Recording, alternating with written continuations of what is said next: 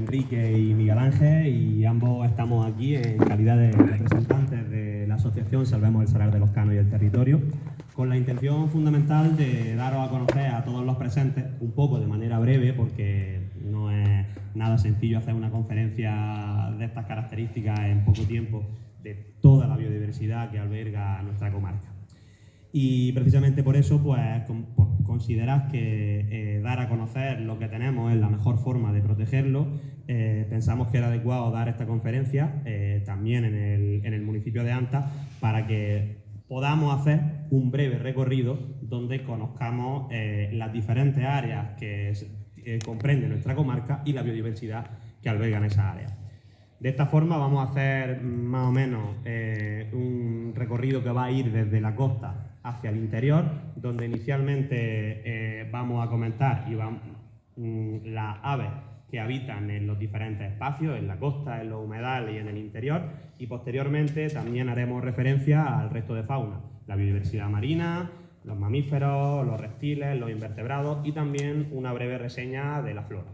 Posteriormente hablaremos también de las problemáticas que todas las áreas de nuestra comarca albergan, porque consideramos que es imprescindible y que una cosa vaya aparejada de la otra. Y finalmente, pues bueno, haremos también un poco de propaganda de nuestra asociación, que para eso estamos aquí, y de las actividades que hacemos y llevamos haciendo durante los últimos 8 años.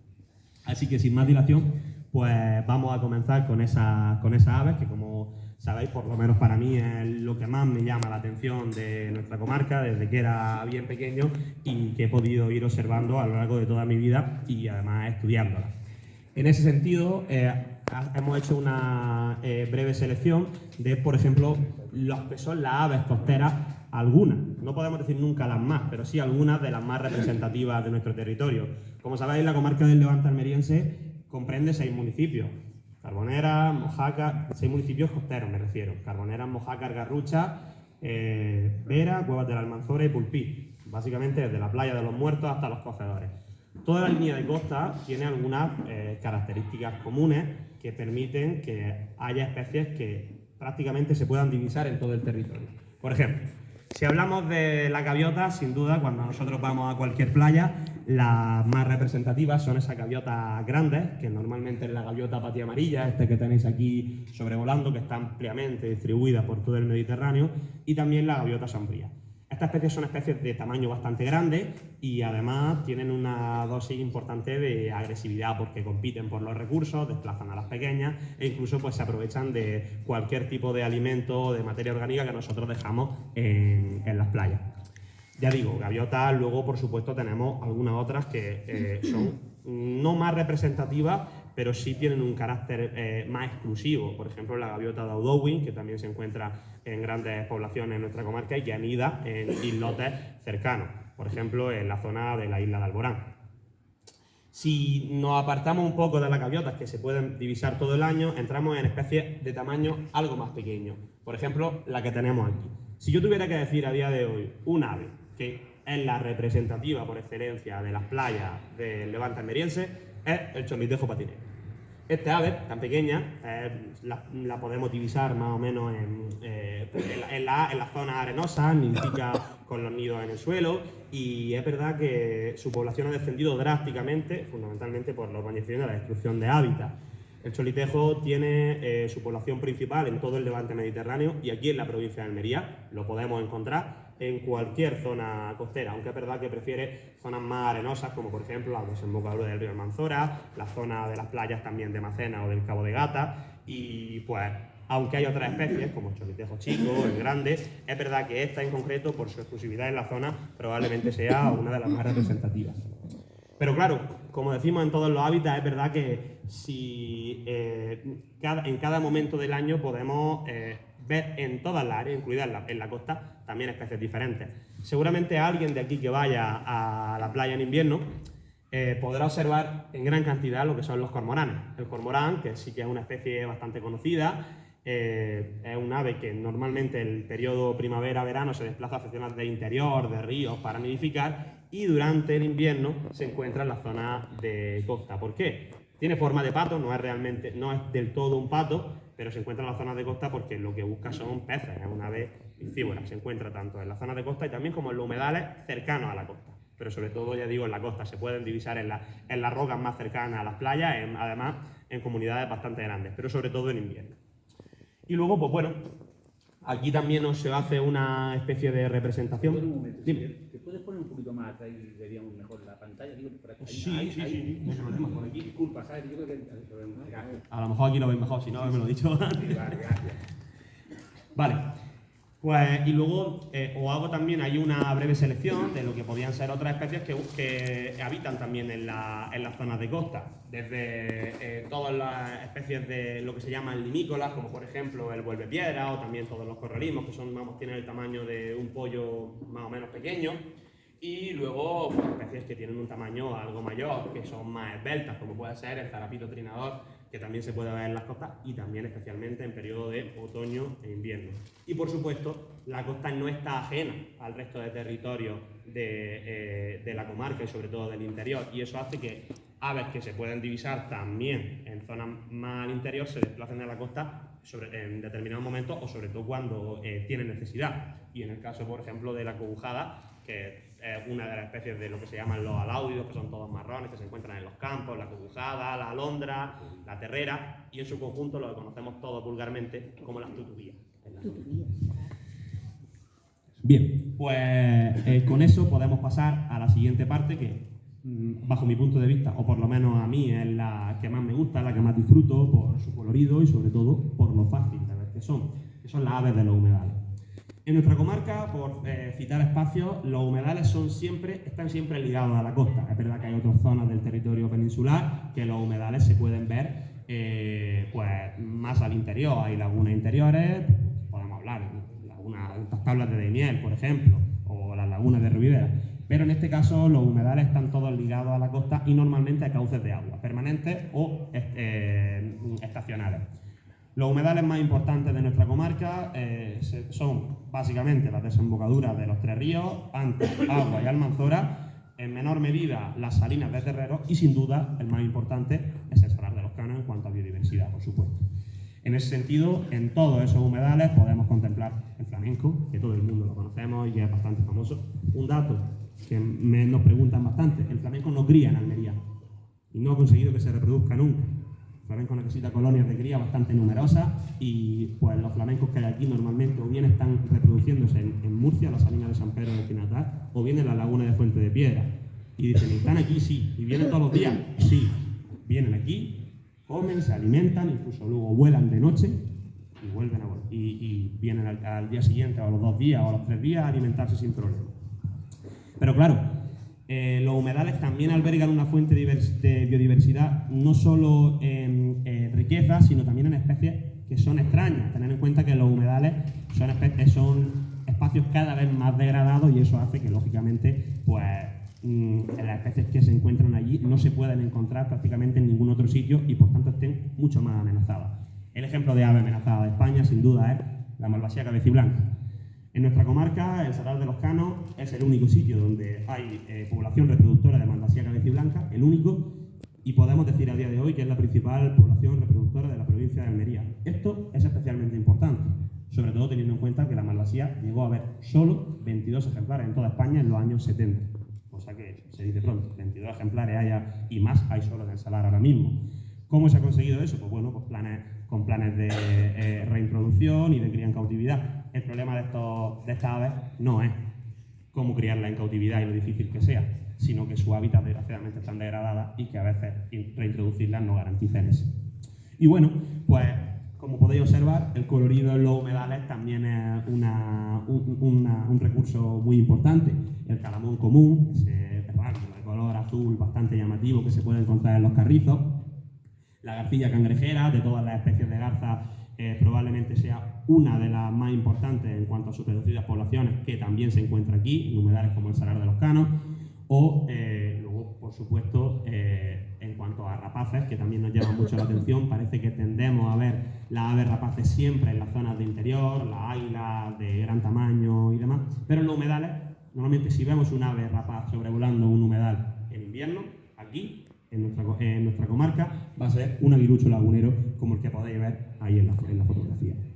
Y finalmente, a mí también me gusta hacer una breve mención a todas esas aves que se adaptan a las diferentes condiciones en las que viven. Y en ese sentido, en los humedales, gracias a la enorme masa de carrizo y de taray que se puede encontrar en las zonas que bordean el agua, pues podemos encontrar aves de pequeño tamaño que llaman poco la atención y que se pueden conocer más por su sonido o por su reclamo que por su vista. El ejemplo más claro es el ave por excelencia del carrizo, que es el carricero común y que es el que llena de sonido los veranos en las zonas húmedas.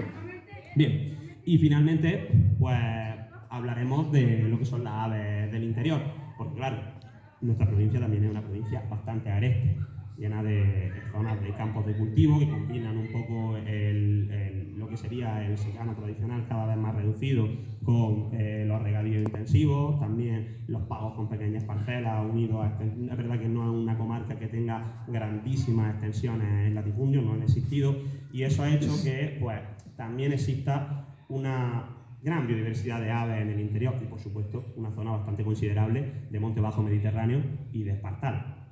En ese sentido, os pongo algunas. Aquí sí que podríamos estar hablando horas, pero pues os pongo alguna representativa que seguro que os suena. La primera es la golondrina. La golondrina llama mucho la atención, vienen siempre cada primavera. Un ejemplo de ciencia ciudadana para comprobar el cambio climático podría ser anotar cuándo vemos la primera golondrina cada año para darnos cuenta que cada vez vienen antes. Y en ese sentido también podemos observar que la golondrina tiene unas costumbres diferentes, por ejemplo, a las de sus primos, a las de los aviones que están en los pueblos. Yo siempre lo he comentado, los aviones crían en colonias y están más relacionados con entornos urbanos, mientras que las golondrinas crían en parejas más dispersos y están relacionados, como bien dice su nombre científico, rústicas, con áreas de campo dispersas, que buscan el nido en cualquier cochera, en cualquier espacio un poco abierto. Y si alguna vez tenéis curiosidad por identificar o diferenciar un nido de golondrina de otra, de un avión o de otra especie, pues siempre tenéis una de las opciones, no siempre ocurre, pero la golondrina hace ese tubito largo que lo une con el nido total, mientras que el avión no hace ese tubo. Y además los nidos de aviones, por ejemplo en Antas, hay bastantes, en algunas zonas, están todos juntos y pegados. La golondrina nunca lo va a hacer juntos. Por supuesto, una de las especies representativas, ya no de la comarca, sino prácticamente de todo el territorio peninsular y especialmente del sudeste español y de las zonas de la meseta sur, es la pelirroja. Especie cinegética, por excelencia, muy cotizada en muchos aspectos y en ese sentido pues la tenemos también en la provincia de Almería, en todas las zonas de espartal y de matorral mediterráneo. Ya sabéis que están muy ligadas a la presencia del esparto. Por supuesto, las rapaces tienen una importancia bastante considerable en las áreas del interior. Podemos hablar del águila perticera como la rapaz que tiene en el sureste su mayor arraigo, sobre todo porque su población es bastante reducida con respecto al resto de España. Y luego también aquí cada vez más tenemos águila real, que se encuentra, y la que tenemos en este caso es el águila calzada, que como podéis observar se puede diferenciar del resto de rapaces por su morfo de color claro, en muchos casos, es mucho más clara, o sea que es una forma de diferenciarla desde el aire. Y bueno, pues finalmente abajo se exponen tres imágenes también bastante coloridas. La primera, una muy llamativa, el abejaruco europeo, que nos llega cada primavera, llena de color nuestras zonas, es gregario, se reproduce, no sé si habéis visto alguna vez, en las zonas de terrera, en agujeros directamente. Y una costumbre parecida tiene otra especie que también es muy llamativa, que también es bastante llamativa cuando la gente la ve por primera vez, que es la carraca europea, lo que se conoce aquí como el azulejo. Esa carraca que aquí quizás lo tenemos bastante normalizado, pero probablemente esta comarca y la comarca de los Vélez sean dos de los lugares con mayor densidad de carraca de toda España. Por poneros una anécdota personal, yo este año visité las tablas de Daimiel y el guía que nos hizo el recorrido en la zona de la dehesa y del Encinar, que tenía mucha ilusión el hombre de enseñando a ver si conseguíamos avistar alguna carraca para enseñársela a los visitantes. Cuando aquí pues, nos metemos directamente por la Rambla, por el Jari, por la zona de las Cunas, dirección Palomares, en Cuevas de la Almanzora, y son bastante fáciles de ver, y eso pues, es valorar. Y bueno, ligado también a las mismas zonas donde está la carraca y el abejaruco, se pueden encontrar otras que las hemos puesto por ser llamativas, ya no en la fisonomía, sino también en el reclamo, como el alcaraván común, que se camufla perfectamente, nidifica en el suelo, y que aquí lo conocemos como el chorlito. Y el chorlito, ese ave que canta al atardecer siempre por la noche con ese sonido tan estridente, pues también está muy presente entre nosotros. Y finalmente, deciros que aquí, aunque pocas, también tenemos zonas de masa forestal, de pinar, donde en esas zonas, lógicamente, pues se pueden observar aves diferentes, desde las pequeñas aves forestales, antes ha dicho uno de los asistentes el llamado chichipán, ¿no?, que es el carbonero, y aves de tamaño más grande, como la que tenéis ahí, que es el arrendajo, que si lo veis con ese color azul, puede parecer diferente, pero es un primo hermano de los cuervos, de las urracas, de la grajilla. Y bueno, pues ya os digo, en esta primera parte podríamos aquí extendernos muchísimo. Si luego tenéis alguna cuestión sobre esto, por supuesto me podéis preguntar. Pero la clave es seguir haciendo el recorrido de la biodiversidad de la comarca, también con otras cosas que no sean aves, y para eso pues le voy a dar paso a mi compañero Miguel.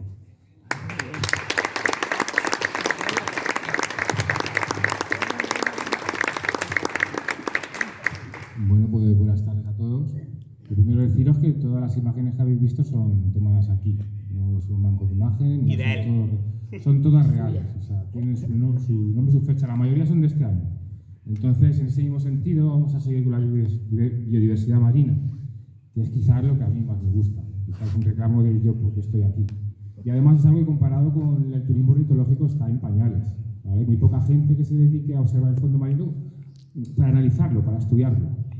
No hay casi nadie, realmente. Muy poca gente. Igual que me voy a un humedal y me voy a encontrar 5 o 6 pajareros que van a venir y saben un montón de aves. Cuando tú ves el fondo del mar, la gente no sabe si es un sargo o una corvina, es raro. Y eso es algo que a mí me llama mucho la atención, pues estamos en una zona de costa. Entonces, os pongo un mosaico, ¿no?, para que veáis un crisol de biodiversidad que tenemos todo por aquí, todo en la costa y todo fotografiado en apnea. ¿De acuerdo? No, sin botella, ni me he tenido que ir a mitad, nada. Esto es cosas que se pueden ver por aquí. Entonces, fijaros la biodiversidad que tenemos, ¿no? Que tenemos peces que parecen serpientes, como la morena, tenemos peces que parecen aves, como el pez golondrina, que este verano hay un montón. No sé si alguno habéis visto alguno en la playa este año. Uno sí, dos sí. Vale, pues yo el sábado es el último que he visto. Aquí vienen estos peces tan llamativos a reproducirse. Entonces vienen en pareja y durante el verano suben de profundidad a una profundidad más somera, vienen cerca de la costa y se reproducen. La verdad que es un espectáculo verlo. Y yo los he visto, os diría que un 80% de las veces que he podido tener la suerte de ir a la playa y el trabajo me lo ha permitido, ¿no? El pulpo, pues también es un animal fascinante, ¿no? Aquí no me cabe ponerlo, pero yo tengo series de pulpo de fotos donde un animal parece otro, distinto. Son capaces de adoptar formas que uno no se cree. De caracola, cambiar de colores, es algo realmente muy llamativo de ver, ¿no? Igual que la morena, que es un pez que parece una serpiente, o allí que no se ve muy bien abajo a la izquierda, pues tenemos el pez araña, que es uno de los más temidos, ¿no? También es interesante tenerlo. Os voy a haber puesto cómo se ve entero, pero me ha parecido interesante que lo veáis semienterrado, es como normalmente se encuentra, ¿no? Es un pez que se ve bastante. Lo que pasa es que sí que es cierto que no lo he visto pegado a la playa, pero sí que, sobre todo al atardecer, es un pez, y sabéis que el pez araña es venenoso, ¿no? Lo sabéis todos. ¿Y qué hay que hacer cuando pisas un pez araña? Soy una urgencia. Vale, meter el pie en agua caliente, ¿vale? Pues antes de que vayáis al médico o vais en el coche, pues es un remedio bastante eficaz. Pero es raro que te pique aquí, porque ya los animales no son tontos, ¿eh? Y saben también zonas donde están más apartados. La corvina, que es un pez nocturno, es muy interesante, además, es un pez muy demandado por la pesca, tiene un poco de suerte de que es nocturno. Por el día no se ve, pero si vas por la noche a bucear se ve bastante. Es un pez que está también muy demandado, está un poco en peligro pues porque es muy demandado gastronómicamente, ¿no? Es un pez muy sabroso y al final es un pez que es buscado, ¿no? La pesca submarina de los más pescados, el mero y tal. Y luego tenemos pues organismos gelatinosos como las medusas, ¿no? Esta medusa, la huevofito, ¿la habéis visto alguna vez? Es una medusa otoñal. Bueno, ahora hay un montón de variedad, la verdad. Yo he visto en una semana la medusa nuez, que la conocéis. Es como una nuez simétrica, había mucha, esa no pica, ¿vale? Y estaba ahora también en la playa. Esa tampoco pica, pero por eso es muy importante conocer también los biodiversidad. Hay un montón de medusas, hay algunas que pican y otras no, como los pimientos de padrón. Entonces, el conocer también cuáles son las que pican, cuáles son las que no pican, las que pican, qué tipo de veneno tienen, es algo muy interesante que tampoco lo veo muy publicitado y es bastante interesante, ¿no? Entonces, la verdad que la biodiversidad marina es apasionante, es cierto que cada vez va menos y que a mí que me encanta practicar snorkel, pero no snorkel como ahora de verano, que me pongo una máscara del Decathlon y digo, mira, una cosa un poco más seria. Es un poco también complicado porque es peligroso ahora en verano, porque la verdad que no hay, como no hay esta tradición de la que hablamos, también hacer el snorkel, aunque se ha pegado a la roca, ahora con embarcaciones, motos acuáticas, y todo cachivache que saca la gente en verano, pues es la verdad un poco, es no sé llamar un deporte o actividad que bueno, está poco protegido, por decirlo de alguna manera. Pero de biodiversidad marina, de verdad, se podría hacer una conferencia entera de las horas que queráis, básicamente. Pero bueno, un breve pincelada, ¿no? por también hablar de esto, que al final estamos en un sitio de costa y me parece muy importante que también tengamos una noción de esto. Vale, otro que son importantes aquí en la zona son los reptiles. El camaleón común, que este sí lo habréis visto por aquí, ¿no? Más que menos, algunos, ¿vale? En ramblas, en cortijos, ¿dónde está? Yo vi el otro día cosa muy rara entre Uleila y Sorba. Muchísimo. Yo no había visto en mi vida uno. Sí. En mi vida había visto uno. Aquí yo conozco gente que tiene cortijo y tiene algún camaleón instalado. Les gusta vegetación y donde haya bichitos. En el instituto en Sorba los teníamos que proteger de los gatos a 3 o 4 por año, ¿eh? No se veían allí. La mejor época para verlos es justo ahora, ¿vale? Ahora empiezan a bajar de los árboles los machos para buscar la hembras. Y también se ven por la noche con una linterna porque brilla, ¿vale? Es un par de consejos. Pero, por ejemplo, aquí hay varios sitios míticos para verlos. Yo que sé, la Rambla de Sopalmo, que tiene ya un cartel puesto directamente, un sitio mítico para verlos, pero vamos, se pueden ver en cualquier sitio ahora mismo. El lagarto bético, que es un lagarto endémico, que se diferencia del ocelado, que este es el lagarto más grande de toda Europa, ¿vale? Y antes estaba metido en la misma categoría, en la misma familia que el lagarto ocelado, que es el que tiene el resto de la península. Pero este es un lagarto un poco diferente, y es un poquito más grisáceo, menos colorido, pero más grande, ¿vale? Este lagarto es endémico nuestro. La tortuga mora, que está seguro que la conocéis, seguro, ¿vale? Pues que es una especie que tenemos aquí, que además la población ibérica comenzó en esta zona, ¿vale? Cuando subió del norte de África en el Mesiniense, hace 6 millones de años, cuando se cerró el estrecho y se secó el Mediterráneo, quedó atrapada entre la costa y Sierra Nevada, ¿vale? Por eso tenemos una biodiversidad tan peculiar en esta zona. Vale, el galápago leproso, que es también nuestro galápago autóctono de aquí de la zona, que compite con el invasor de Florida, que lo veremos luego, ¿no? Que es nuestro galápago acuático, el que podemos ver en el río Aguas, el que podemos ver más o menos en los entornos acuáticos de aquí de la zona. Al igual que la culebra viperina, ¿no? Que es la culebra más común que se puede ver en los entornos acuáticos, una culebra inofensiva totalmente, pero se llama viperina porque cuando se siente amenazada, pues coge la cabeza y la triangula para parecer una víbora, ¿vale? También se caga, o sea, eso es peor casi, porque ya reconocen, ¿no? Eso igual que el leproso también suelta un esto pestilente cuando te acercas que te echa para atrás, ¿no? Y luego pues de zonas de un poco de aquí también, de zona árida, pues la lagartija colirroja, que es de matorral, de espacio abierto, ¿no? Pues que le gusta mucho ese tipo de ecosistemas. Vamos a seguir. Vale, invertebrados. Tenemos aquí a la araña tigre, ¿no? Esta foto es antusa, desde aquí, de Antas. Vale, es una araña que teje, es muy grande, y también le gusta de los climas semiáridos como el de aquí, aunque también está en África, en parte de Asia, no es endémica de aquí, pero es bastante común aquí, ¿no? Es muy vistosa, porque teje unas telas de araña muy grandes, es una araña pues bastante bonita, ¿no? Con esas patas anilladas. A mí que me gustan las arañas, pues me parece una belleza, ¿no? La siguiente es la citera real, que esa no tengo foto, pues la tengo grabada en vídeo, pero me parecía muy interesante meterla porque es un endemismo del sureste. No existe este insecto en otra parte del mundo que no sea aquí. Y está en grave peligro de extinción. Existe un pariente suyo, que es la citera común, que tiene en el abdomen unas rayas rojas, ¿vale? Que esa es la que... Es un coleóptero que tiene una vida muy compleja, ¿no? Mete las larvas debajo de tierra, en las zonas de avispas y de abejas, se alimenta de sus larvas, o sea que cuando llega adulto ha pasado una vida jorobada. Y luego tiene una cosa muy interesante, ¿no? Que cuando la vas a agarrar o se siente amenazada, suelta un líquido que se llama hemolinfa, es su propia sangre, ¿vale? Y suelta un líquido que se llama cantaridina, que es abrasivo y que se utiliza en medicina pues, para quitar verrugas, por ejemplo.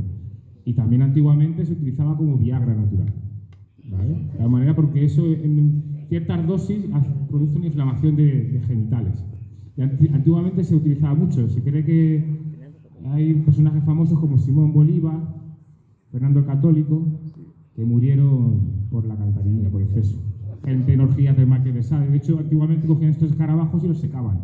Los machacaban y sacaban un polvo. De ahí viene la expresión echar un polvo. O sea, que era polvo de escarabajo. ¿De acuerdo? Entonces, es un coleóptero muy interesante. Aquí creo que lo llaman curita, o puede ser, o algo así. Tiene un nombre... Cada vez lo veo menos, en serio, porque es complicado. También, ahora veremos problemáticas y demás. También, por comentar alguna mariposa, la de escamas azules, que es muy típica de aquí, esta del salar, que suele haber muchas, y aunque esa, está en todos los sitios, están en pocos sitios. Es abundante, pero muy localizada. Entonces, una mariposa muy bonita, que tiene una generación al año nada más. O sea, solo la vemos de mayo a finales de marzo a finales de mayo, luego ya no se ve. Y nada, los machos tienen el reverso muy azul y las hembras lo tienen más pardo, ¿de acuerdo? Y es una mariposa pequeñita, pero es muy bonita. Cuando se posa y te fijas en ella. Luego tenemos una libélula, que he puesto africana porque es una nueva especie que ha llegado a España procedente de África, un poco por el aumento de temperatura, ¿no? O sea, la primera vez que se vio a esta tridermis fue en Málaga en el año 2007. ¿Vale? Hasta entonces no, o sea, que es la última libélula, creo que hasta ahora, que se ha incluido en el listado de ordenatos españoles, ¿vale? Ha llegado hace poco. Luego, la Empusa penata, la mantis palo, que me parece un insecto fascinante, muy difícil de ver, porque siempre se oculta muy bien entre el pajizo, entre la vegetación, y no la ves porque se mueve como la hojarasca, ¿no? Tienes que estar un poco ya habituado para verla. Y tiene una forma sorprendente, ¿no? Casi alienígena. Y bueno, en este caso está en la forma de ninfa, todavía no es adulta porque las mantis hacen varias mudas hasta que llegan adultas y cuando llegan adultas desarrollan las alas, ¿de acuerdo? En el abdomen, ahí no las tiene todavía. Y luego el duende, ¿no? El duende que es un endemismo ibérico, el que está a la derecha, no es ni mariposa ni libélula, pero es esta que veis que tiene una ala y luego tiene una cola muy larga que vuelan bajo, ¿vale? Y eso es un indicador también de que un ecosistema tiene buena salud, si vemos volar a este insecto, ¿no? Es uno de los insectos más bonitos de España y de los que pues, más gente le gusta, sobre todo gente de fuera. Vale, vamos a hablar un poquito de flora, que también es biodiversidad. Os he puesto una representación de especies donde 5 de las 6 son endémicas de aquí, ¿vale? Porque daros cuenta, por lo que he hablado antes también de todo esto del mesiniense, hace 6 millones de años, pues aquí hay el 40% de la flora del sudeste ibérico es endémica, o sea, no la hay en otro lado, ¿vale? Entre Murcia, Granada y un poco Jaén, ahí se comparte. Entonces tenemos la siemprevida saladar, que es una flor muy bonita, de color rosa, también la llaman rosa. Esa fue descubierta aquí. Pone cerca de Vera, pues podría ser en Altas, pero como fue en el año 1851, podría ser Vera mismo, porque se ha extendido mucho, ¿no? Pero si buscáis esta planta en Wikipedia, pone descubierta en Vera en 1851, ¿de acuerdo? Y es una de las más bonitas porque tiene unos colores morados súper bonitas, ¿no? Luego la hoja amarilla, la Astragalus alopecuredes, que es una variedad que hay aquí, que es una leguminosa que es muy rara de ver también. Aquí yo solo la he visto en el Salar de los Canos, pero solamente crece en el talud que hay. Hay un talud y encuentra ahí, entonces solo crece ahí. Y floraciones espectaculares, una leguminosa que tiene unas flores amarillas preciosas y luego unas hojas como en forma de leche. Una planta muy curiosa de ver, ¿no? Y que yo no había visto nunca y me gustó también, es vulnerable esa planta, ¿vale? Difícil de ver. La patagusano, que es una planta menos atractiva, es una planta más rastrera, pero está en peligro de extinción, ¿vale? Porque su núcleo principal de población está aquí en Almería. O sea, prácticamente no hay otra población de esta especie en otra parte del mundo, ¿no? Y aquí tenemos la suerte de tener todavía, porque es de terreno margoso, también es de terreno arcilloso, ¿vale? Es lo que le gusta a ella. Al igual que la Santolina viscosa, que es, bueno, es una planta, pues es un poco pegajosa, se parece un poquito a la manzanilla valenciana, con esa floración así como con bolitas, y también es una planta endémica de aquí y vulnerable. Luego tenemos la salicornia, que está no sé, endémica de aquí, pero es una planta muy interesante por todo el auge que está teniendo ahora, ¿no? ¿Estáis un poco informados o no de esto? ¿Para qué utilidad tiene la salicornia? ¿Alguien? ¿Nadie? Pues si os digo espárrago de mar, que se pone en gastronomía, en Terraza Carmona, mucho, el restaurante Antonio Bandera. Espárrago de mar es esto, ¿vale? Se está poniendo como sazonador natural, ¿de acuerdo? Aparte de las propiedades que tiene, mucho mejores que la sal industrial. De hecho, se está empezando a cultivar en Huelva. Aquí no sería mala opción, ya que tenemos el terreno preparado para ello. Igual mejor que lechuga, pero bueno, eso es otra cuestión.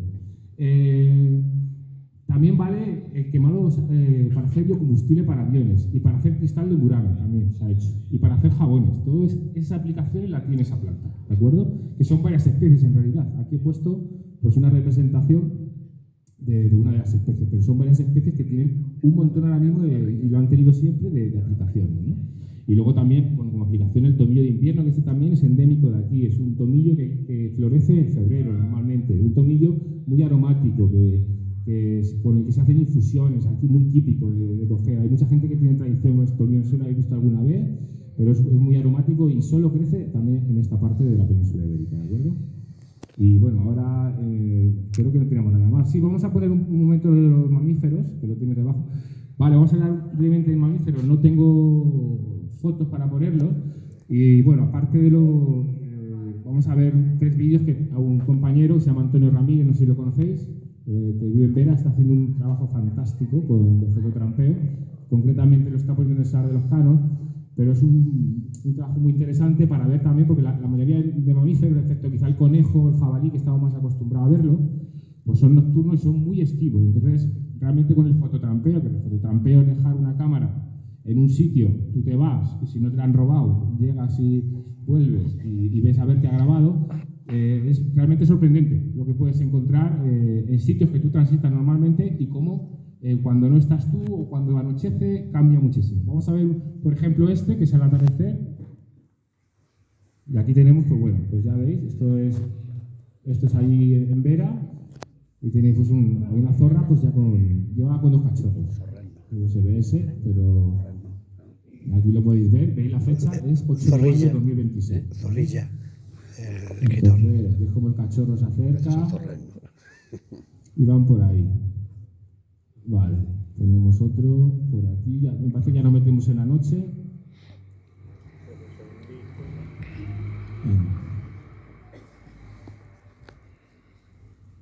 Vale, y este es otro que también es de hace poco. La jineta, ¿no? Del 12 de abril. A ver si ahí veis lo que es. La jineta, sí. Ahí la tenéis. Qué chula. También, ¿de acuerdo? Qué bonita. A ver, yo solo las había visto atropelladas hasta ahora. Yo, mi hija. Igual que el siguiente protagonista, que vamos a ver ahora. Este es de enero, porque es cuando estamos activos, porque es cuando está en cero, ¿vale? Tejón. El tejón. Lo que veis ahí, las luces de fondo, es Vera Playa, ¿vale? Y esto está grabado en enero porque os digo, están muy activos, porque tienen el cero, ¿vale? Fijaros cómo está nervioso, está marcando. Es una tejonera, realmente viene el agujero y bueno, es un poco lo que teníamos preparado de biodiversidad y ahora nos vamos a meter un poquito con la problemática. La problemática con que empezábamos, ¿te tocaba a ti o a mí, Enrique? A ti. Vale, pues seguimos.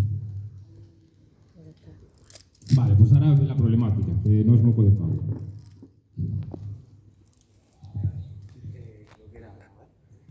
A ver, dale, lo vemos. Como tú quieras. Sí, Sí, vale, vamos vale. comentando. Tira. Tira comentando tú. Sí. Bueno, pues Es verdad que aquí ya entra un poco la parte menos agradable. Nos hemos expuesto un poco la biodiversidad que tenemos y lo que nosotros consideramos un tesoro y ahora, lógicamente, pues nos toca también mencionar el por qué esa biodiversidad en su conjunto está bastante amenazada. Y precisamente por eso, pues la segunda parte de esta conferencia, de esta exposición, va de esta cuestión, de la problemática y de los grandes problemas que existen en nuestra comarca y que amenazan a la biodiversidad que os hemos presentado. Y la primera, pues... Bueno, el urbanismo se puede introducir de todas maneras que realmente cualquier modificación humana del medio natural reduce la biodiversidad. Es algo cuestión de lógica. No, porque al final tú estás cambiando el uso del terreno para darle un terreno, ya lo veremos, en este caso pues vamos a empezar con el urbanismo, pero que al final pues está reñido con la biodiversidad que tenemos, ¿no? Entonces, ¿hasta qué punto podemos reducir? No, eso es una cuestión pues interesante de debatir, que no lo vamos a hacer ahora, vamos a exponer la problemática y bueno, luego si queréis en el turno de preguntas podemos hablar un poco, ¿no? Entonces, el urbanismo pues es un tema que claro, al ir urbanizando zonas naturales, pues se han ido destruyendo hábitat, y no solo destruyendo hábitat, sino presionando los hábitats que están cercanos, porque la gente, pues presionamos. Ya veremos ahora con más problemáticas, pero no somos buenos vecinos de los animales.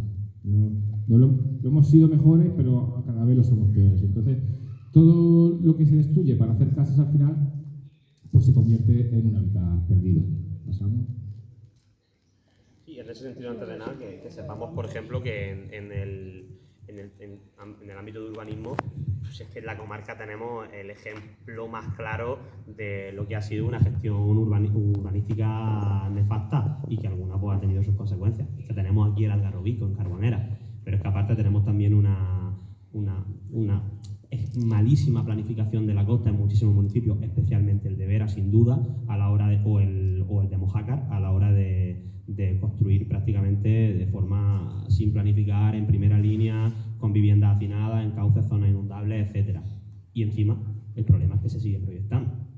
Pues se sigue proyectando y parece que en eso pues no se aprende.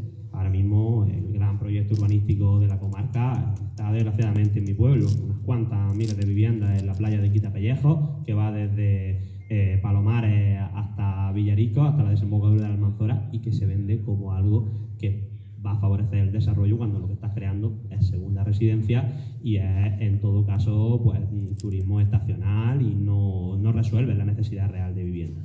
Así que pues eso tenemos. Eso no es el desembocadura del río Antas. Eso es el río Antas. La laguna de Puerto Rey también. Sí, y además se puede ver bien lo que decimos también de zonas inundables. Fijaros cómo se ha estrechado el cauce de un río y cómo está cómo se puede ver desde lo alto. Eso es verdad que puede ser un poco duro decirlo, pero es un polvorín. Y en algún momento nos podemos llevar un susto. Sí, pero que en esa zona no ha pasado nunca duro, ¿eh? Porque cuando vinieron las inundaciones de 2012 fueron más en la zona de Veraplaya, de Playa, pero en esta zona no afectó tanto y siempre se ha dicho que es la más peligrosa. Pero constantemente se está inundando. Bueno, donde pasó No, fue en el pero porque 89. el cauce al final, si no le dejas lo que se llama una zona de policía, que son 100 metros a cada lado, porque fluctúa, pues al final tienes el riesgo de que ese cauce cambie y todo lo que tienes alrededor, que ya de hecho los edificios de alrededor, alguna pista de tenis, eso que ya está negado completamente, porque está demasiado pegado al cauce. Ahí lo que pasa es que, bueno, queremos quitarle el máximo espacio y al final pues vienen de aquellos barros estos lodos, ¿no? Sí. Claro. Y en general, en la zona de Veraplaya, las casas van cayendo un poquito, porque es una zona, el terreno no es como Cueva, como Java, es margoso, entonces es un terreno arcilloso que no sostiene también, es como un terreno rocoso que es más estable.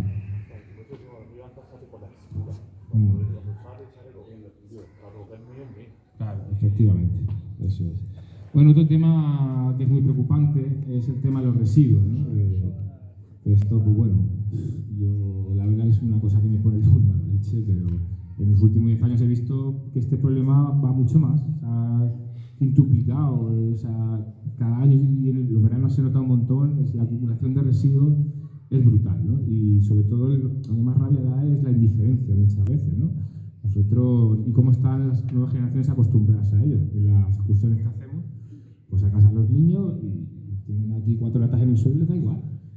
O sea, lo tienen normalizado. Ahora ven un bicho y pegan un salto.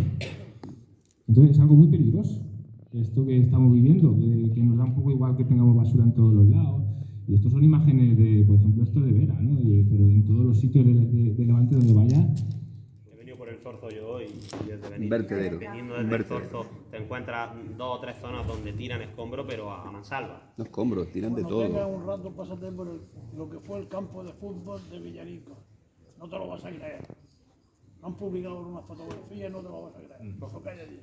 es muy preocupante y creciente, ¿no? Entonces, bueno, aquí tenemos algún ejemplo, por ejemplo, de malvasía, ¿no? Estos son gomas agrícolas que traen otras aves que comen en vertederos, porque al final los vertederos que están abiertos al público, pues también ofrecen algún tipo de alimento a algunas aves que intentan aprovecharse, como es normal. Y hay unas gomas que confunden con gusanos, en concreto una especie que es la garcilla boyera, y cuando llega aquí y vuelve al humedal, que vuelven por la noche y ese no es un alimento real, lo regurgitan y lo echan al agua. Este pato que es buceador, al bucear se engancha con ella y se le queda entre el cuello y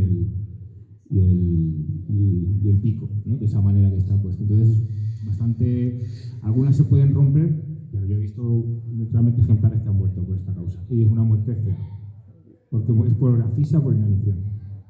¿Vale? Esto, el Dante, por favor. Esto es la cala del Malpaso en Villaricos. Esto es hace un mes, ¿vale? Y esto es un trozo, porque no, la cámara no me coge más, pero está todo lleno de mierda.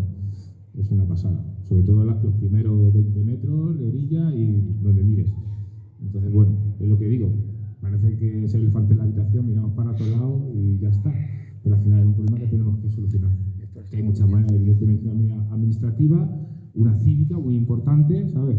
Intentando que practicar con el ejemplo y ser cívicos y, oye, si vemos a alguien que se está comportando mal, pues no, ¿por qué no decírselo? Y un poco dando ejemplo, ¿no? Pero es un problema que se está agravando y realmente se está convirtiendo en algo muy importante en esta zona. ¿Los pesticidas? ¿Querías tú hablar de esto, Enrique? Venga, dale un poco. Bueno, pues lógicamente en el caso de los productos fitosanitarios también tenemos... ¿Tapo o no tapo? Antes me cuento.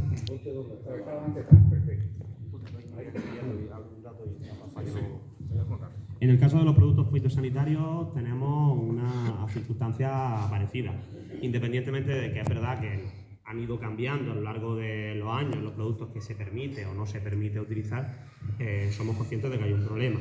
Antes se utilizaban más pesticidas e insecticidas, ahora se utilizan más herbicidas y productos biológicos, pero igualmente son bastante lesivos.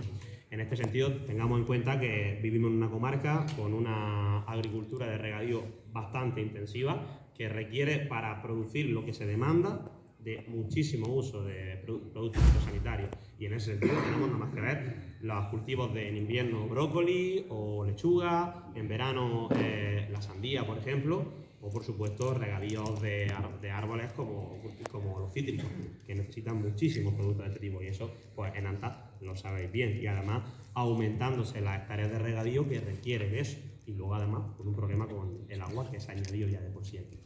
En ese sentido, pasa Miguel, si quieres, pasa un segundillo, porque ahí hay, creo que no solo lo podemos observar en los campos, sino que ese uso de productos fitosanitarios llega también a zonas muy sensibles. Primero, esta imagen que podéis observar, no sé si alguien identifica lo que es. ¿Qué se está haciendo allí? Se está fumigando para los mosquitos. La forma de fumigación para los mosquitos también ha cambiado a lo largo de los años. Y eso no quita que se haya solucionado el tema. A día de hoy se fumiga con una herramienta biológica que se llama el Bacillus thuringiensis y que igualmente sigue siendo lesivo. Y sobre todo, ¿puedo decir una cosa muy sí, tú interrumpes. Interrumpiste, Enrique. Que tú además entiendas de eso. Esa es la última vez. No, os iba a decir que realmente influye mucho porque esta bacteria, el Bacillus thuringiensis, como dice Enrique, lo que hace es eliminar una serie de insectos que son los dípteros nematóceros, donde están incluidos los mosquitos. Pero también están incluidos otros insectos, otros nematóceros, como son las típulas. ¿Sabéis lo que son las típulas? ¿No habéis visto un mosquito que parece un mosquito pero gigante? Sí. Esos no pican, ¿vale? Y son grandes polinizadores. Eso porque la gente ve un mosquito de este tamaño y le echa la mano enseguida. Que tengáis en cuenta que es inofensivo. Y luego los que son los más abundantes, que son los quironómidos, ¿vale? Cuando vais muchas veces por un entorno acuático y entra un enjambre de mosquitos, dices, ¿cuántos mosquitos? Hay un montón, pero que no te pican. Esos son quironómidos porque no tienen trompa succionadora y esos no te pican. Todos estos con esta bacteria, que es muy específica, pues también mueren, con lo que significa que al final muchas aves pierden alimento. O sea que al final, aunque no te haga de una manera directa daño, te lo hace de una manera indirecta. Y luego, aparte de esto, en las medianas de la carretera sí se utilizan herbicidas como un glifosato, ¿vale? Y esos glifosatos sí que son tóxicos. porque va un tío echando de ahí vestido de astronauta. O sea, eso, y lo echan a mediodía y con viento, y yo lo he visto, vamos, con los tíos yendo por allí. Con lo cual, al final, un poco hablando con ellos, ¿no? También la manera indiscriminada. Yo entiendo que el BTI, porque he tenido la oportunidad de hablar con ellos, este tipo de fumigación se debería hacer con mochila en zonas específicas, porque los mosquitos no son tontos. En una laguna de este tipo grande no suelen echar porque hay muchos depredadores. Van buscando charcas temporales. Entonces, al final, con un estudio, vas con la mochila y vas yendo específicamente al sitio donde están los mosquitos. ¿Qué pasa? Porque eso es muy incómodo al final. Pierdes tiempo, tienes que ir con la mochila, aquí vas en un coche, con el acondicionado, ¿entendéis? Entonces es más sencillo. Eso es un poco la problemática, un poco por lo que yo he observado y he hablado, ¿no? con ellos. Pero al final, yo creo que es un esfuerzo entre todos. Como es un tema muy polémico, el tema de los mosquitos, es un poco entender la situación nos va a ayudar un poco también para mejorar los entornos naturales que nos quedan.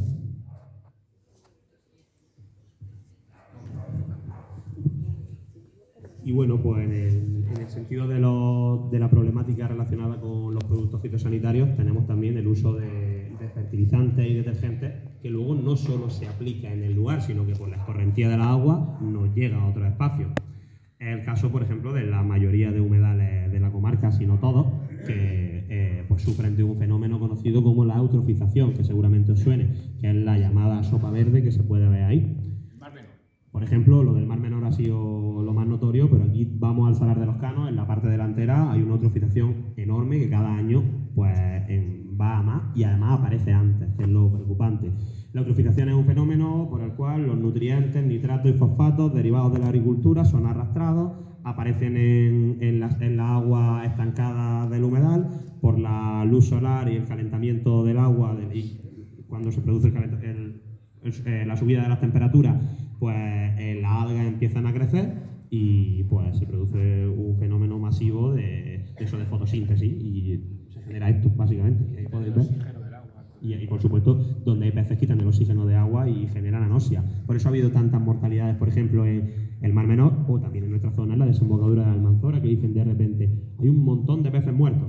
Muchas veces viene derivado por ese fenómeno de anoxia, que se quedan sin oxígeno.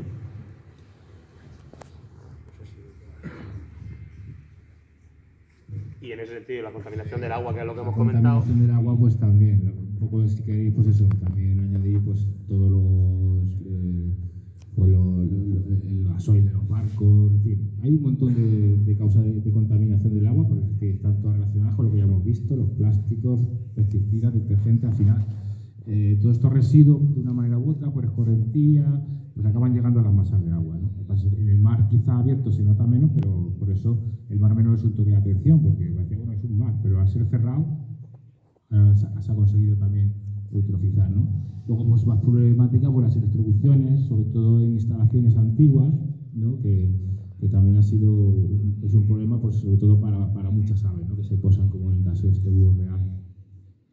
Los atropellos, ¿no? Pues una tortuga mora atropellada, es ahí también cerca del Salar, y bueno, es una cosa que también hay millones de animales mueren atropellados. Al final las carreteras fragmentan los hábitats y los que no son aves, pues reptiles, invertebrados y mamíferos, pues deben cruzarlas y muchas veces pues perecen en el intento.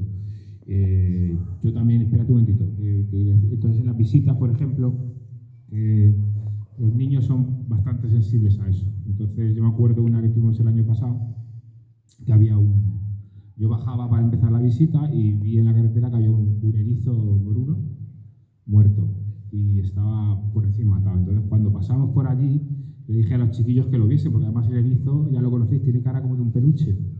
Entonces ahí cuando lo vieron de cerca reventado al animal, ahí sí que noté yo que les daba una punza de empatía, ¿no? Que es lo que necesitamos, porque al final es verdad que no se pueden evitar todos los atropellos, pero sí es cierto que si vamos a una velocidad moderada y fijándonos en lo que vemos se pueden evitar muchos. Entonces es un tema preocupante. Luego también en la construcción el tema de los pasos de fauna para intentar unir los hábitats, pero bueno, eso ya ahora mismo es ciencia ficción que se haga, ¿no? Pero sería interesante porque si no, al final lo que hacemos es aislar hábitats y para ciertas clases de fauna es muy complicado llegar a otro hábitat, porque normalmente daros cuenta que porque qué se van? Que muchas veces la gente piensa que los animales están ahí, pues están a gusto y ya está. Pero los animales necesitan moverse de un lado a otro, como hacemos nosotros.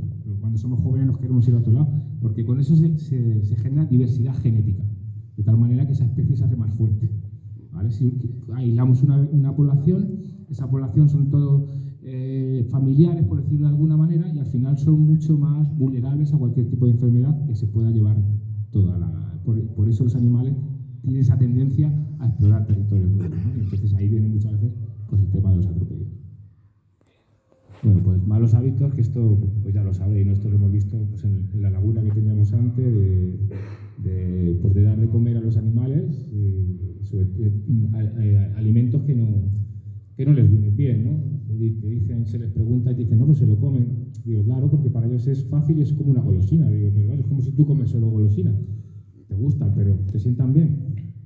Entonces, este tipo de comportamientos que al final están, es lo que hemos hablado, están derivados también del estar tan cerca y de los espacios naturales que realmente desconocemos, ¿no? Y que nos metemos en ellos y que realmente los espacios naturales no necesitan nada de nosotros, necesitan que los dejemos en paz. Esa es nuestra mejor acción, ¿vale?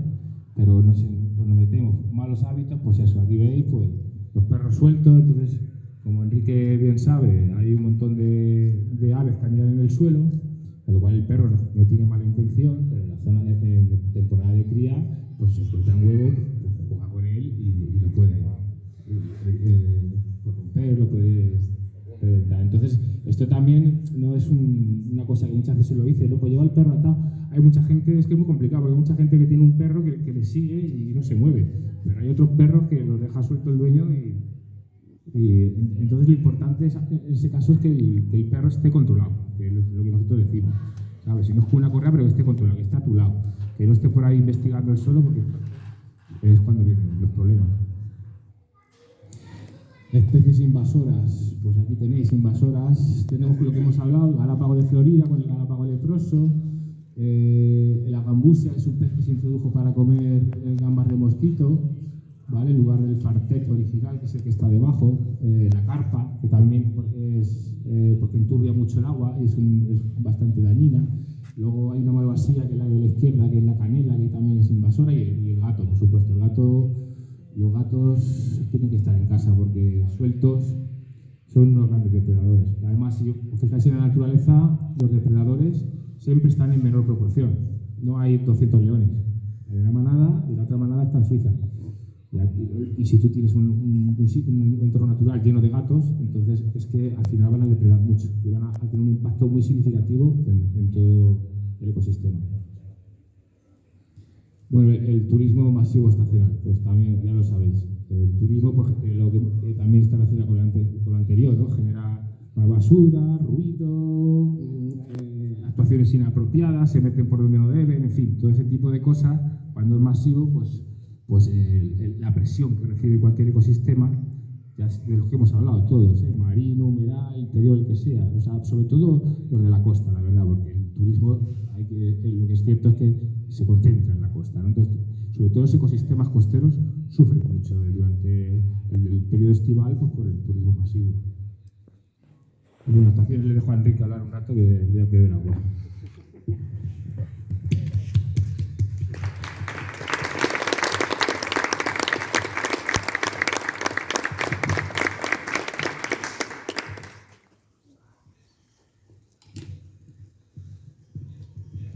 Como son de primera, que si te descuidas te dicen que la siempre viva suya también ya.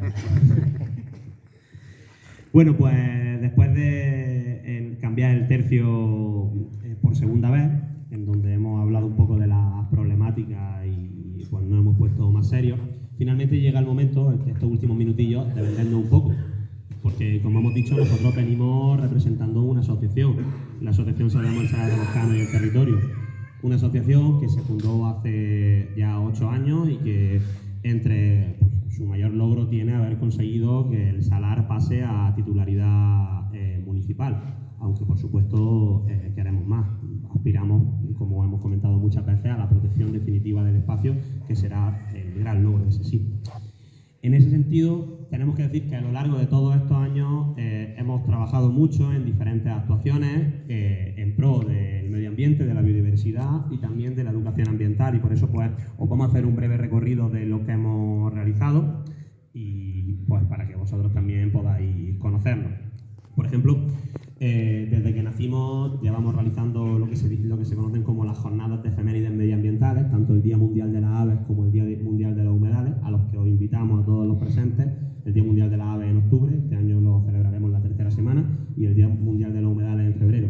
Allí, entre otras cosas, realizamos lo que se llama el anillamiento científico de aves, ¿no?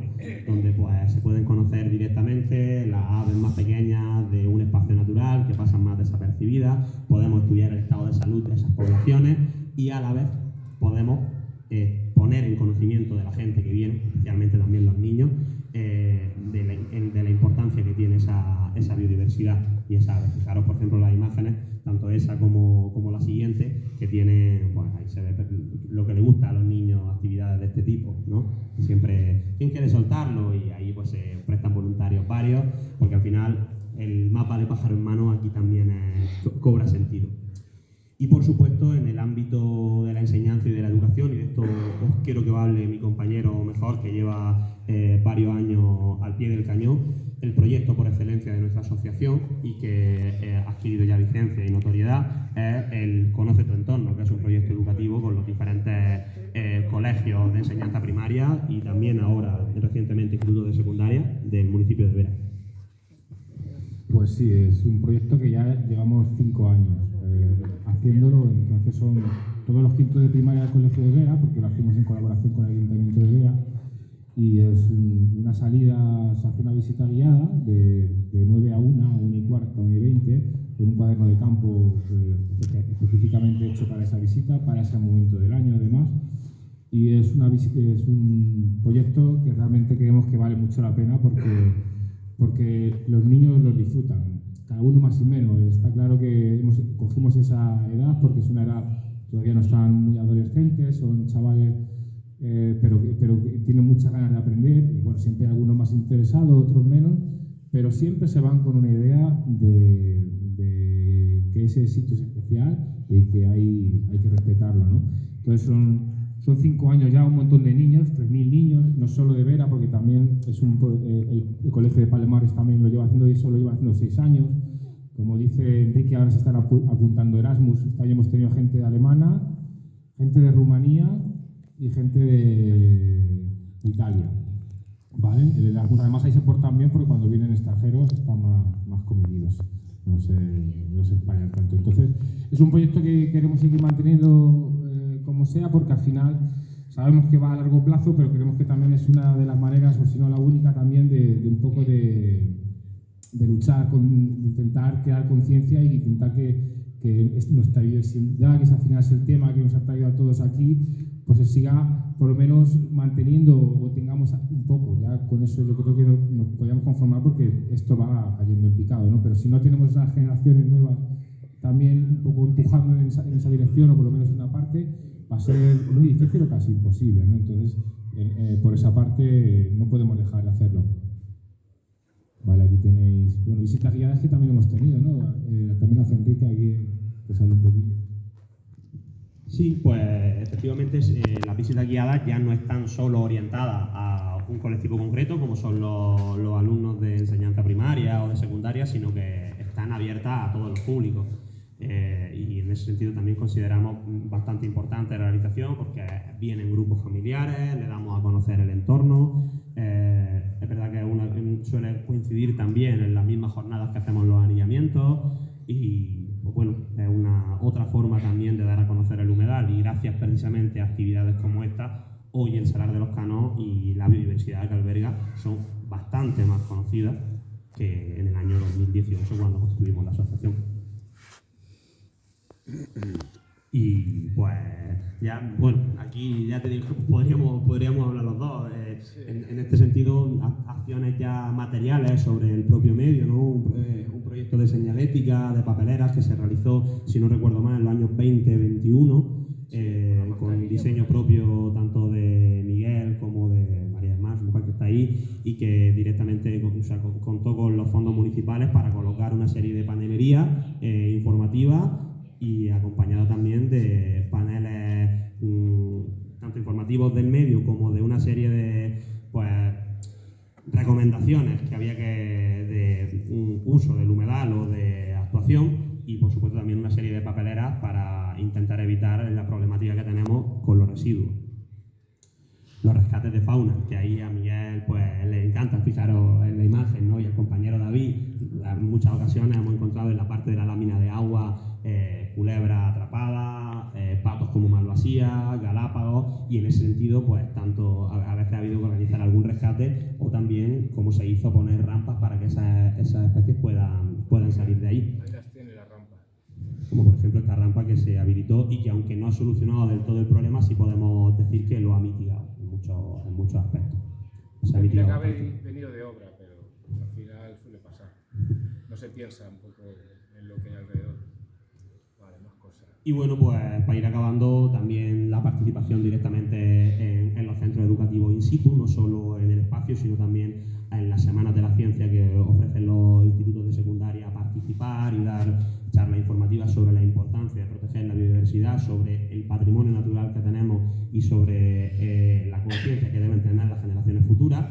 Y pues en ese sentido también hemos intentado, en la medida de lo posible, aquí lo hicimos el compañero y yo, participar en la creación de un libro que también está por ahí, que se llama Un mundo bajo su ala, en donde introducimos un relato sobre el salar de los Canos y sobre una malvasía cabeciblanca que iba orientado a los menores, y que además se hizo una adaptación teatral que consideramos que funcionó bastante bien.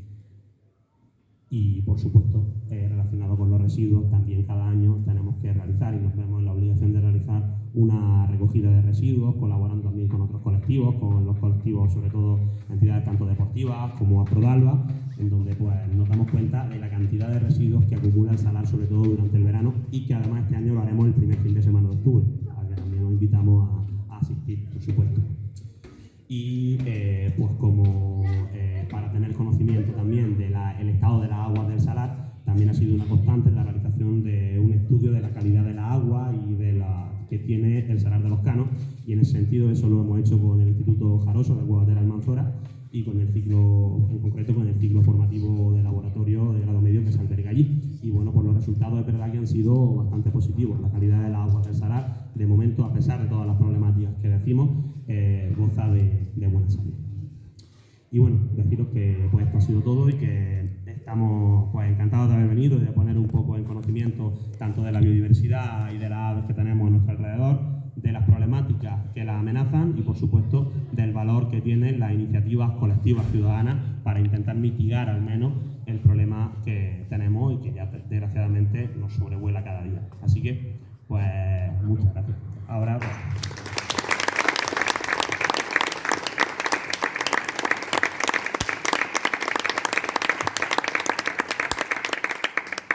y pues si hay alguna cuestión también es el momento.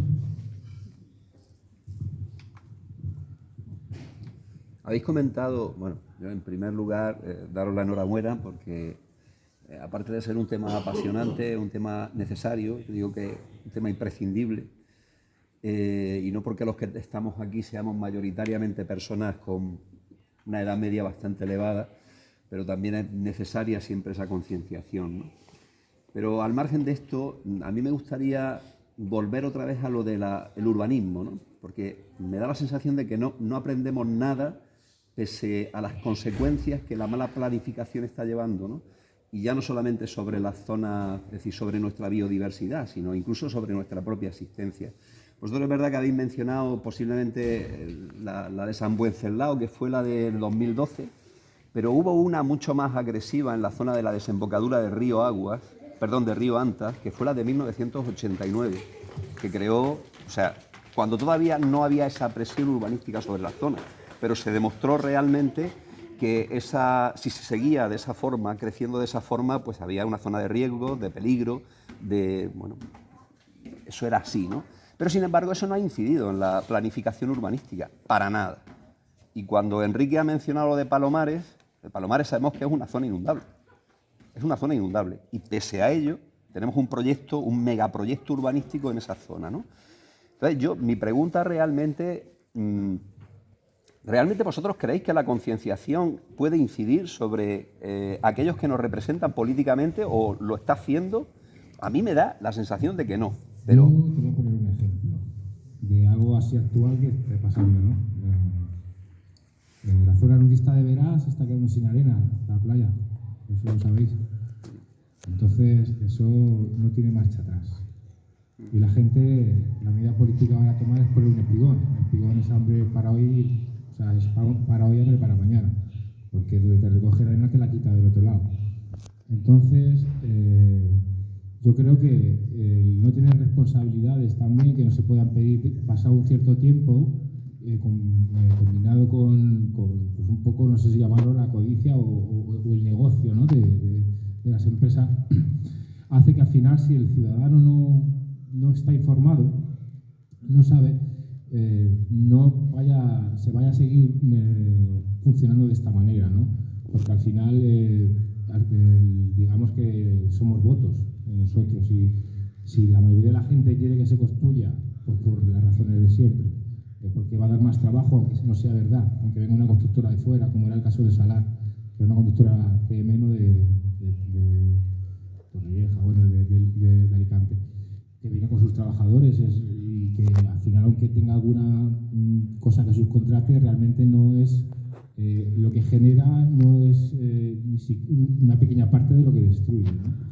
Entonces, mientras tengamos esa mentalidad todavía de que porque es una mentalidad ya no de aquí, es muy española, ¿no? De cuanto más urbanicemos, pues más estamos generando progreso.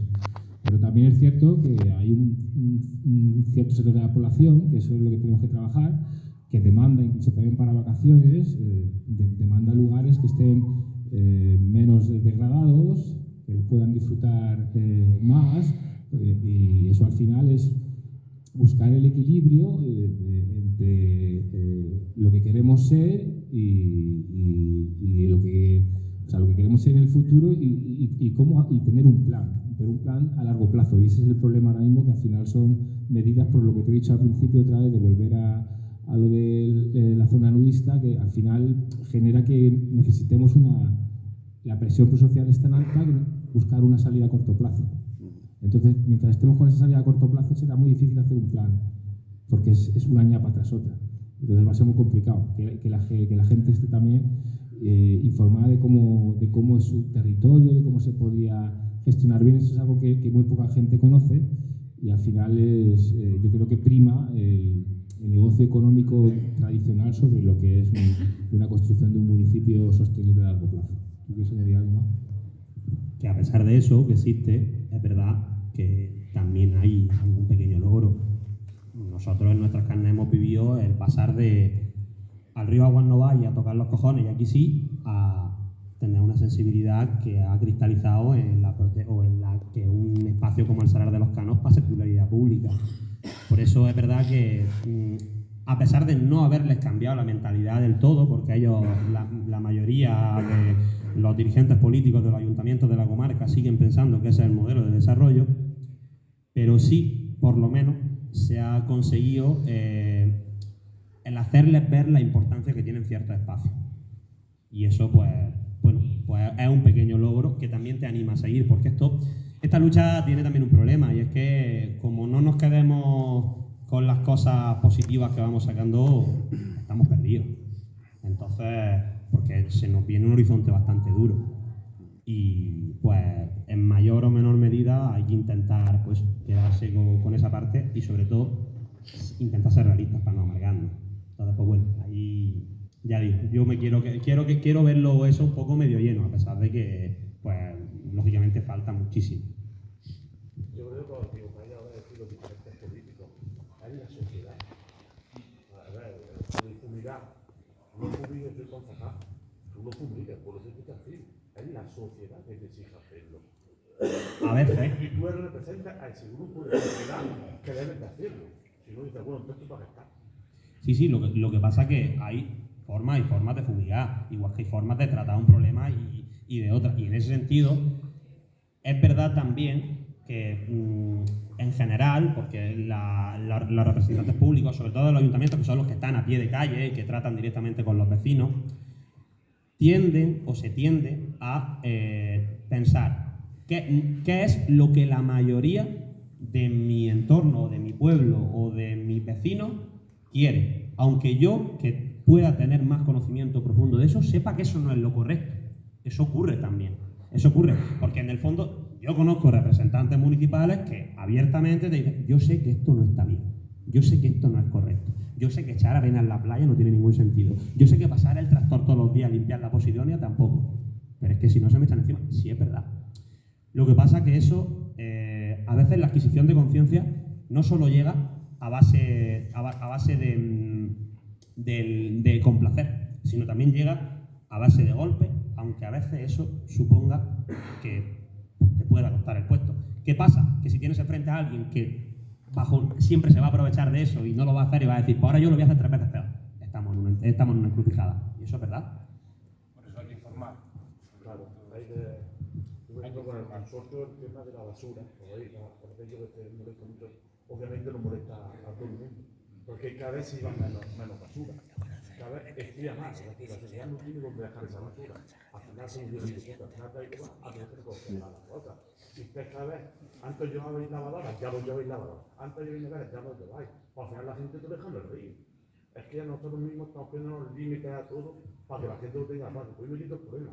Si no, Desde luego todo es un tema de comodidad. Lo que hemos hablado, esto ya cualquier cosa me parece un esfuerzo gigante. Y lo que hablamos de los mosquitos, hay que tener en cuenta que el 80% de los mosquitos se generan en nuestras propias casas. En una maceta, en un... Sí, lo que dices de la basura, pero también es verdad que eso también es una cuestión de conciencia, que tenemos que saber que la basura de cada uno también es nuestra. Por eso me refiero. Porque al final, la persona que más o que menos, en algún momento, yo mismo en mi propiedad tengo un contenedor de escombros. ¿Qué me sale más barato? ¿Tirarlo por ahí o que se lo lleven pagando? Porque tengo que pagar para que se lo lleven. Yo lo voy a pagar, no tengo ninguna duda, ¿eh? A lo mejor la gente no está dispuesta. Ahora, si por tirarlo a tal sitio te pego un palazo que te levanto las piernas arriba, pues a lo mejor la próxima vez te piensas en pagar los 100 euros que vale llevarte el contenedor de escombros. Eso es lo que yo también pienso. Porque el contenedor de escombros tengo yo y tiene mi vecino. Entonces, tampoco es justo que lo tiene mi vecino y que yo, sin embargo, tenga la conciencia para decir: ¿cómo voy a tirar yo el escombro por ahí? ¿A quién se le gusta? Por venir a la cabeza. Está claro, pero es lo que no se le está viendo fácil, a la sociedad en general se le está viendo fácil. Con las empresas que generan mucha basura. Yo viendo los váteres y los videos, eso no se lleva con nosotros. Se lo zampan al lado del contenedor, no se lleva a cenar, lo tienes que gestionar, pagarlo. El resto del municipio, que una persona haya hecho esa cosa mal hecha. Evidentemente, cámara en todos los contenedores no se lo ponen, ni el municipal tampoco se van en cada contenedor, ¿no? Y al final yo sé que encima tú, cuando tú lo compras en bidet, pagas 3 euros de reciclaje, es decir, que donde lo has comprado tienes que llevarlo, devolverlo, pero como somos permisivos, la sociedad lo permite, pues da igual, no lo llevas, lo pagas, pero no lo llevas, te quitas, como tú has dicho, la comodidad. Claro, entonces el problema también está ahí, porque estamos hablando de que es como la persona que bebe y coge el coche, sabe que se expone a algo, aparte de que pone en riesgo la seguridad de los demás, sabe que se expone a una sanción si lo cogen. El problema es que yo considero que se han normalizado tanto ciertas cosas que ya no hay ni siquiera miedo a la... Y si a alguien lo vas a sancionar, siempre va a decir: si lleva tirando no sé cuánto, y anda acá, que tiró no sé cuánto, ahí a él no le va a decir nada. Bueno, yo creo que hay una cuestión también que creo que debería transmitirse a la sociedad, y es ese concepto de decir: oye, tú también te estás enriqueciendo a mi costa. Te estás enriqueciendo a mi costa. Por tanto, a mí eso de que no puedas hacerte cargo de los residuos, no, te tienes que hacer cargo de los residuos, porque tú estás ganando dinero a base de cercenarme a mí una parte del medio ambiente que me corresponde, es decir, que quiero disfrutar. Entonces tendrás que asumirlo de alguna manera. Y yo creo que esa idea es la que hay que transmitir a los chavales desde bien jóvenes y también a la sociedad en su conjunto. Es decir, porque aquí la mayor parte de la gente estamos saliendo perjudicados por unos intereses muy concretos.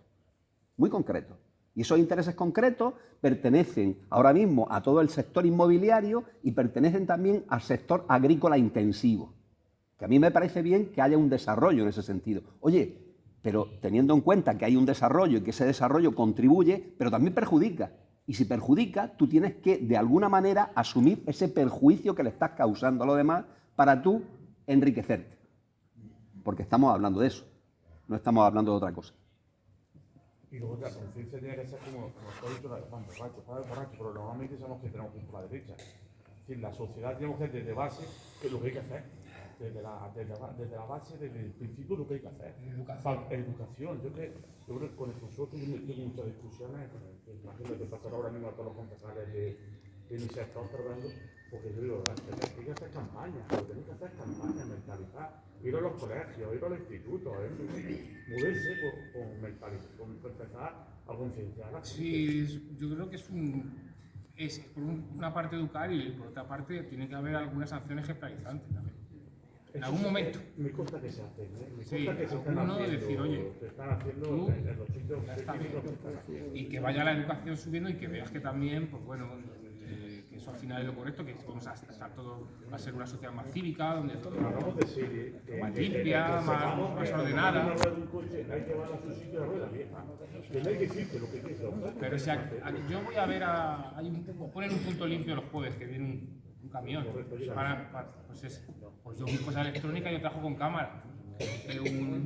Una batería, pues la llevo. Yo nunca me encuentro a nadie ahí. Ya me conozco al muchacho. Hay que hacer mucha campaña. Ella no la hace, pero tenemos que hacerlo eso en ese aspecto. No, es que a mí ese tipo de cosas me encantan. Por ejemplo, del tema de los vapers de fumar. ¿Dónde tiras eso? No se tira en ningún sitio. Un tema del que no había hablado es un tema que no habéis tocado en cuanto a la problemática. Habéis hablado de la agricultura, con los residuos y con los vertidos y tal, pero no habéis hablado o no se ha tratado, y creo que se debería sensibilizar a las administraciones del crecimiento desaforado de las fincas. O sea, en los últimos 20 años se ha invadido dominio público hidráulico, nadie deslinda, se ha subido la cuota. Hace 20 años la cuota de regadío era la cuota 80, se ha pasado a la cuota 120, se están eliminando todos los espartales, todo lo que es un poquito llano. Bueno, ahora vosotros lo sabéis, en Cuevas mismos estamos teniendo inundaciones en la zona de Aljarilla, como nunca había pasado, seguramente por la transformación de fincas, aguas arriba y tal, y yo creo que es algo que las administraciones pues, miran por otro lado. Y no solo eso, que luego en esa misma finca, y esto también por experiencia, además está mi madre aquí delante y lo escucho igual, con una extensión enorme, tienen unos hectómetros, o sea, unos metros cúbicos de agua concedidos que no les corresponde y aún así les da para regar toda la finca, cosa que no es real. Realmente está regando la finca de otra forma, que sabemos. Entonces, y se mira para otro lado también, ¿verdad? Porque cuando tú creas una finca donde antes era un espartal, con numerosísimas hectáreas, se plantan cítricos en la ladera de una sierra, o se planta cultivo de regadío intensivo directamente en la falda entre el término municipal de Anta y de Cuevas, y te concede la comunidad de regantes X metros, pero riega por 4 o por 5 veces más, lógicamente está sacando el agua de algún sitio que sabemos pero que no te están vigilando. Y eso también ocurre. Y eso es un problema. Lógicamente es un problema. Y no lo hemos mencionado, pues es que como yo cuando íbamos hablando ahí también me surgía ahora, ¿qué hay más a la orden del día que problemática medioambiental que un incendio forestal? Tampoco lo hemos dicho, pero es que tantas cosas. Son tantas cosas. Del apoyo de la fauna y tal, yo veo muy importante, por ejemplo, eso, la invasión del dominio público. Antes las ramblas tenían una anchura que ahora tú ves que hay fincas que llegan con olivos, ¡pum!, hasta el mismo centro de la rambla o del río.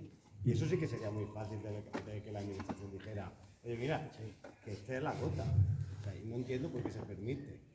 No lo entiendo. Y no entiendo. Ahí también hay una cuestión de competencia, porque el problema es que las administraciones que están a pie de calle son las administraciones municipales y no tienen competencia en eso. Y eso es un problema luego. Porque te lo mandan directamente a la administración autonómica no te manda al técnico de turno porque no pasa por todos los rincones, y a la larga tú dices, vale, pues inicio un procedimiento judicial, gastas tú el dinero Y entonces, directamente, o como tú, como grupo medioambiental, inícialo y luego gánale.